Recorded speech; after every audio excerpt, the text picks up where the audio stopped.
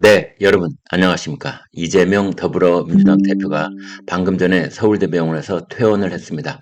그럼 병원을 나서면서 국민들한테 퇴원 메시지를 발표를 했습니다. 약 5분간에 걸쳐서 이 얘기를 했는데 그 내용 여러분과 공유하겠습니다. 이재명 서울대병원 퇴원, 상대 죽여 없애는 정치는 안 된다. 이제 이렇게 조선일보는 제목을 뽑았는데요. 이재명 더불어민주당 대표가 10일 오전 11시 서울 종로구 서울대병원에서 퇴원했다. 지난 2일 부산에서 피습을 당한 지 8일 만이다. 일주일하고 하루 더 있다가 이제 오늘 퇴원을 했습니다. 당분간 자택에서 치료를 이어갈 예정이다. 일단 사진 보실까요? 오늘 사진인데요. 혈색도 좋고 비교적 건강한 모습이고 그 다음에 목소리도 차분하면서도 힘이 실린 그런 목소리를 낼 수 있었습니다. 그리고 지금 여러분이 가장 궁금해 하실 이 상처가 난 부분, 흉기에 찔렸다는 그 부분에는 손바닥 반절 크기의 파스를 이런 경우에는 이걸 뭐라고 불러야 됩니까? 반창고, 버즈, 파스, 아마 이거 부르는 용어가 있을 텐데요. 그걸 붙였고 그 다음에 그 위에 하얀 와이셔츠를 입었습니다. 그 피습 당했을 때도 하얀색 와이셔츠였는데 이번에도 역시 하얀색 와이셔츠를 입었고 그 상처 부위는 손바닥 반절 크기의 반창고를 붙여서 이제 겉으로는 보이지만 그 안은 저희가 볼 수 없는 그런 상태입니다. 이날 차분한 목소리로 5분 동안 구두 메시지를 얘기를 했는데 먼저 이렇게 말했습니다. 국민 여러분께 먼저 심려 끼쳐드려 죄송하고 감사합니다. 그러면서 우리 국민 여러분께서 살려주신 목숨이라 앞으로 남은 생도 오로지 국민 위해서 살겠습니다. 이런 말을 했는데요. 역시 이 포퓰리스트 정치인답게 이런 부분에서도 국민 여러분께서 살려주신 목숨이라는 표현을 썼습니다. 아마 지지자들이 들으면 이런 부분이 이제 가슴에 와 닿을 수도 있는 부분이다 이런 생각이 드는데요. 다소 추상적이고 포괄적이면서도 전체 국민들을 아우르는 그런 표현을 끊임없이 끄집어내서 쓴다는 점에 있어서 이재명 대표는 천상 포퓰리스트다 이런 생각을 지울 수가 없는 이런 표현이라고 할 수 있겠습니다. 그러면서 이제 이런 얘기로 이어갑니다. 모두가 놀란 이번 사건이 증오의 정치, 대결의 정치를 끝내고 서로 존중하고 상생하는 제대로 된 정치로 복원하는 이정표가 되길 진심으로 소망한다.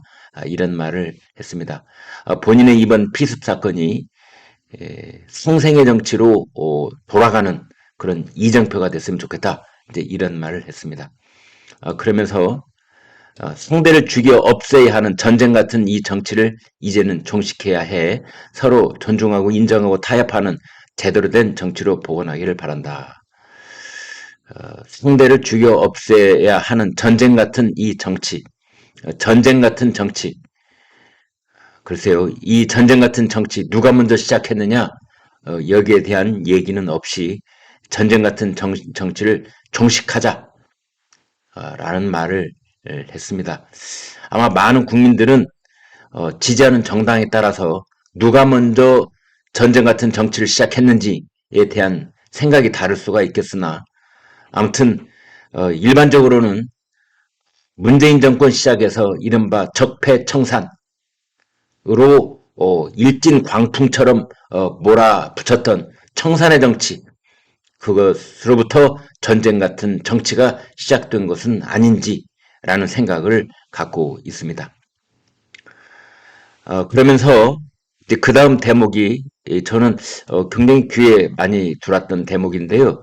뭐냐면 지금 부산이 이만저만 상황이 아닙니다. 부산이 민주당 쪽에 유리한 지역구가 많고 경합 지역도 많고 그런 거였는데 이재명 대표의 피습 사건 이후로 부산 민심이 싸늘하게 민주당에 등을 돌렸습니다.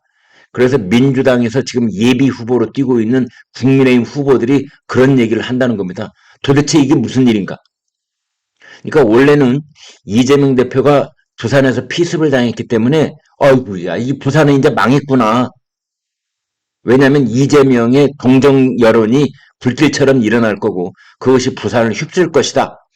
그래서 국민의힘은 망했구나 그런 생각을 했는데 이재명이 그 당일 소방 헬기를 타고 서울로 가버리는 바람에 이재명과 민주당이 부산을 버렸다라는 민심이 확산이 되면서 부산 민심이 정반대로 이재명과 민주당이 분노하는 민심으로 변했다는 겁니다.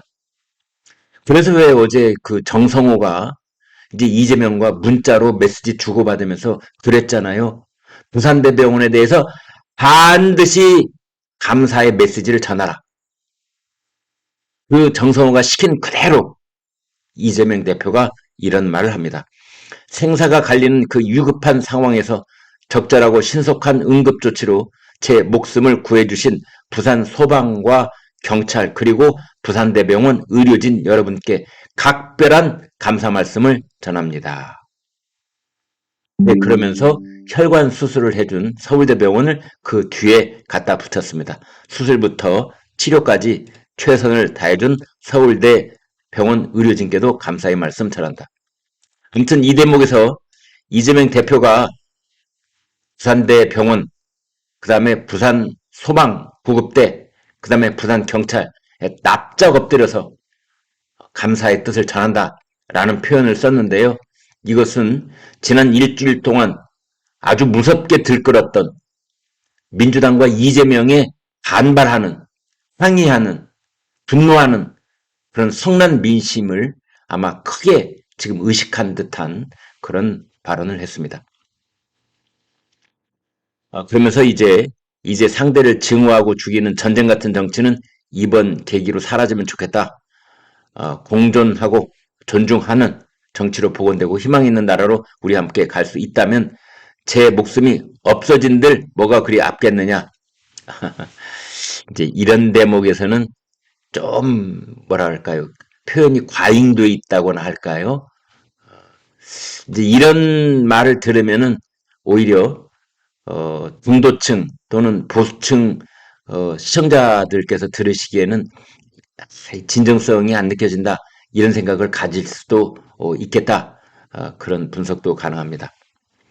이제 아무튼 그래서 죽임의 정치를 하지 말고 살림의 정치를 하자 뭐 이런 말도 하더군요. 지지자들이 파란 목도리를 하고 다 나와서 이재명을 연호하는 뭐 이런 모습도 있었고 이재명 대표가 살짝 미소를 지으며 고개를 숙이면서 답례를 하는 그런 모습도 있었습니다. 지지자들이 이재명 대표를 향해서 살아주셔서 감사합니다. 사랑합니다. 꿋꿋하게 힘내세요. 이런 외침의 목소리도 들렸습니다. 어떤 지지자는 사랑해요 대표님 그렇게 외치다가 양손으로 눈물을 닦아내기도 했다고 합니다. 여기까지 하겠습니다. 여러분 고맙습니다.